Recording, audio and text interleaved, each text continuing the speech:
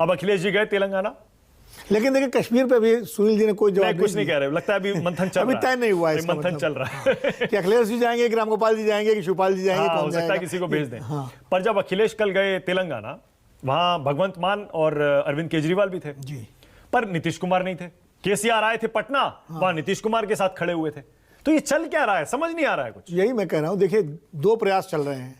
एक प्रयास ये है जो केसीआर कर रहे हैं कि एक ऐसी धुरी बने जिसमें कांग्रेस ना हो, थर्ड फ्रंट हो, और थर्ड फ्रंट की सारी पार्टियां एक साथ हो और कांग्रेस उसको उसी तरह समर्थन दे मजबूरी में जैसे 1996 में दिया था देवगौड़ा और गुजराल को। एक कोशिश ये है और केसीआर खुद उसके दावेदार हैं।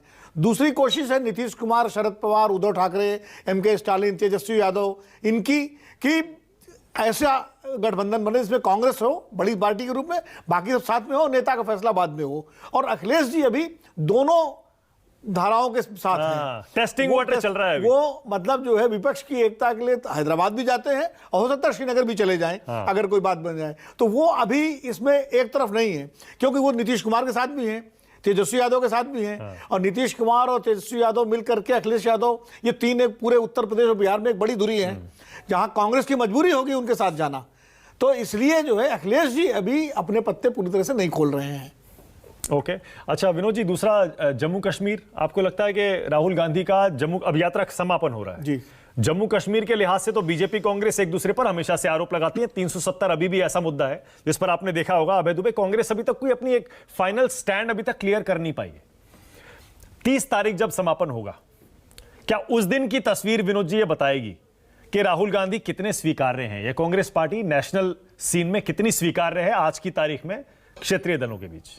देखिए मुझे लगता है कि आप सही कह रहे हैं कि इससे स्पष्ट होगा कि कौन कौन वहां जाता है और जो दल जाते हैं तो इसका मतलब अब स्वीकारेंगे नेतृत्व की नहीं स्वीकारेंगे ये तो अलग बात है, लेकिन ये जरूर है कि उनकी सहानुभूति और उनकी मित्रता कांग्रेस के साथ है, ये तो स्पष्ट हो जाएगा।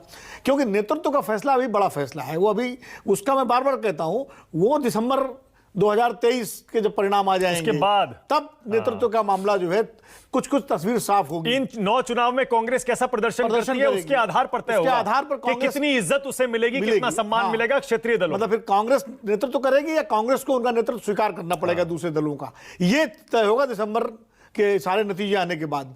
लेकिन इतना जरूर है कि मान लीजिए अखिलेश जी श्रीनगर चले जाते हैं या रामगोपाल जी चले जाते हैं, उनका कोई प्रतिनिधि चला जाता, तो ये माना जाएगा समाजवादी पार्टी और कांग्रेस के बीच में खटास नहीं है।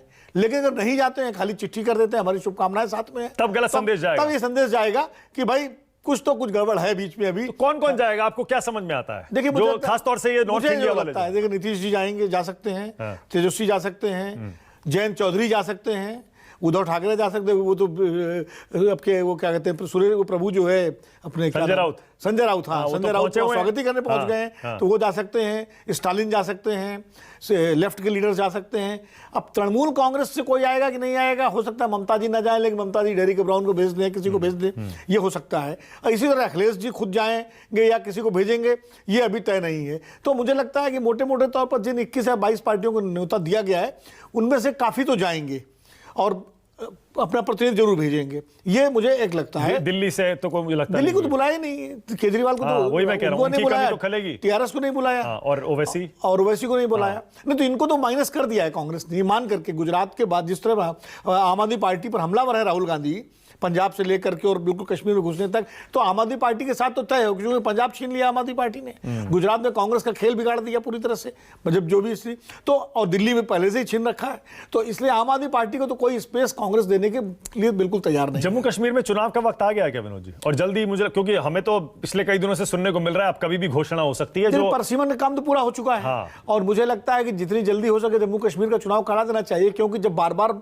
ये सरकार दावा कर रही है कि 370 के बाद और 35 से हटाने के बाद स्थितियां सामान्य हुई हैं। अभी जफर साहब ने कहा कि इतनी बड़ी रैली कश्मीर के इतिहास में कभी नहीं हुई। हालांकि अलग बात है कि कश्मीर के इतिहास को थोड़ा देखने की जरूरत है, बहुत बड़ी बड़ी रैलियां वहां हुई हैं जफर साहब। अटल जी की रैली बहुत बड़ी हुई थी जिसमें उन्होंने कश्मीरियत और जमहूरियत और इंसानियत की बात की थी, वो बड़ी ऐतिहासिक रैली थी। और जितनी शिद्दत के साथ अटल जी ने कश्मीर के आवाम को संबोधित किया था उतना शायद किसी और प्रधानमंत्री ने अभी तक संबोधित नहीं किया। अब वो अलग बात है कि बीते हुए को लोग याद नहीं करते, अब बीजेपी के लोग भी अटल जी को याद नहीं करते, जबकि याद करना चाहिए। तो इसलिए मैं कह रहा हूं कि जम्मू कश्मीर में चुनाव का माहौल तो है, होना चाहिए। देखिए ये आतंकवादी घटनाएं, हत्याएं, ये तो तब भी हुई हैं जब चुनाव हुए हैं।